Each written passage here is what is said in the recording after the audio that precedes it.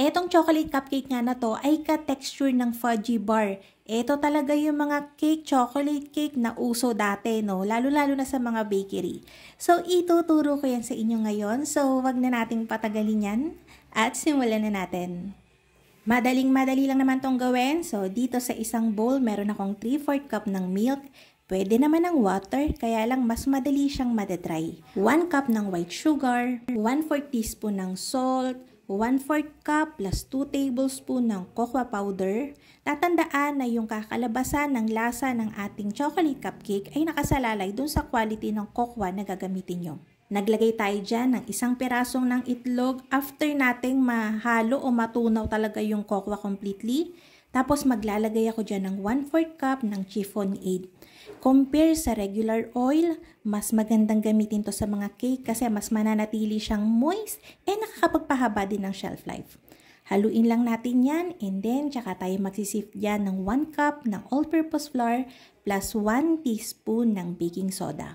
Kung third class flour yung gustong gamitin, pwede din naman. Magdadagdag ka lang ng mga nasa 2 to 3 tablespoon ng third class flour para dito sa recipe.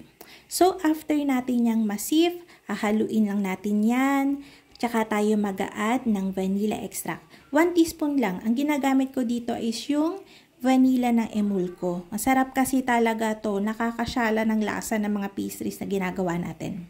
So, haluin ulit natin yan and kapag smooth na yung texture, wala nang lumps, lalagay na kagad natin yan dito sa ating mga cupcake pan. 2 ounce yung ginagamit ko dito, tapos nilagyan ko lang yan ng cupcake liner.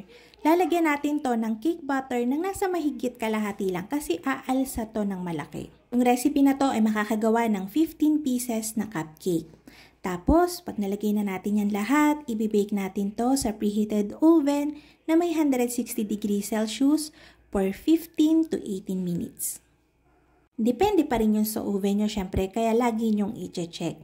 Kung gusto nyo siyang mag-dome, pwede din. So, bale, pagka gusto ko siyang mas maalsa, binibake ko to sa 180 degrees Celsius, syempre, sa mas mababang time.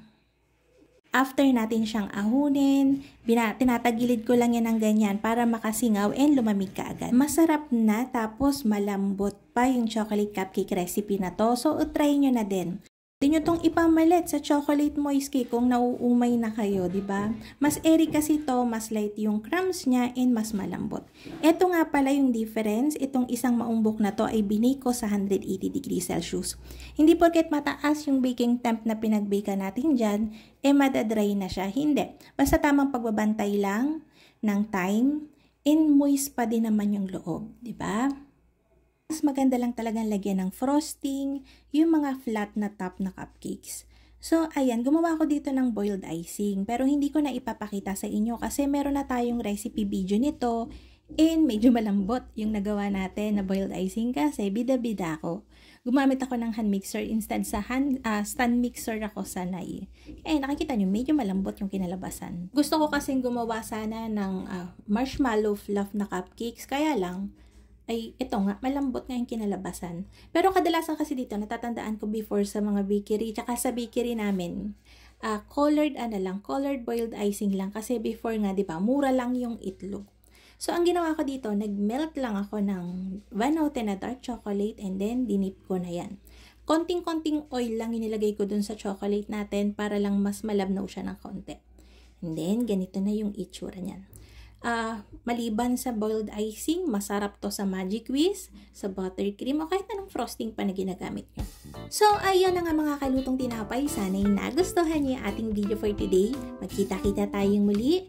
Ito pong muli ang lutong tinapay. Bye-bye!